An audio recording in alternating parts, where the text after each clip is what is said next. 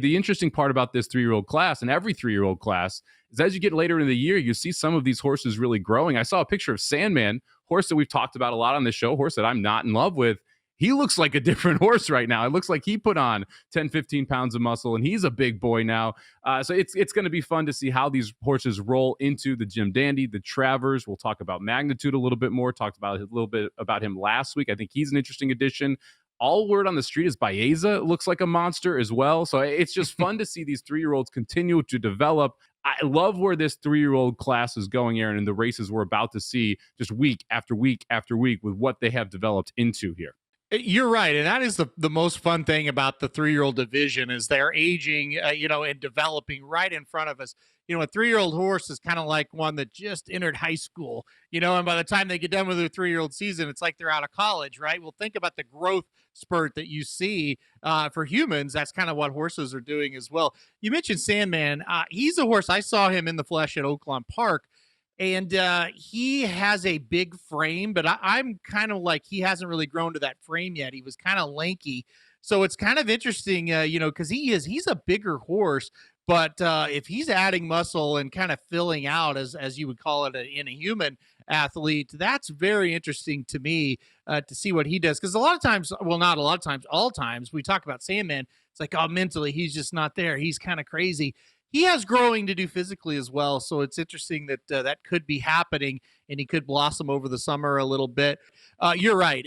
This 3-year-old division, it seemed like last year, like they were very late bloomers, but once they got going, it was great. This division from the start and I think through the summer and even the fall, it's just been awesome pretty much 24/7 with this group. And now we're also in like the training camp era right now of the NFL. And you'll hear in every single training camp, every player is their best shape of their life. They're doing awesome. They're doing great. I want to make sure I mention this. In horse racing, that's not the case. Before the Kentucky Derby, everyone looks awesome. Everyone's doing great.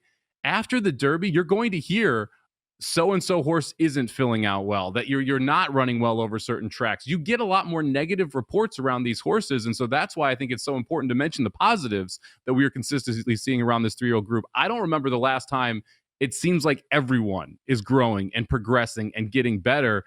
A lot of times you have horses take a step back, or the Triple Crown took too much out of them, or the stretch to get into the Derby took too much out of them. That is just not the case this year, which makes it even more exciting. You're right. Leading up to the Kentucky Derby, everybody is the best, like you said, and it is a lot like NFL training camp, where it's like, yeah, this quarterback that's terrible, oh, he's lighting our defense up this year. Yeah, they get the first game, it's like, oh, that was all talk.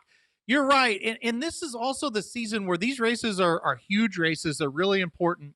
But if you've got a horse that isn't just 100%, you don't really enter them. Well, there's not that rush to, hey, he's 90%, but it's the Derby, let's get him in it. No, when these horses show up for these races, it truly does mean they're doing fantastic. So, yeah, that's the thing. This is kind of the season, right, where you go, you read the headline, it's like journalism is skipping this round of races because, he's kind of tired from the Triple Crown season. We've seen none of that. All of them are coming back strong. So, yeah, extra exciting.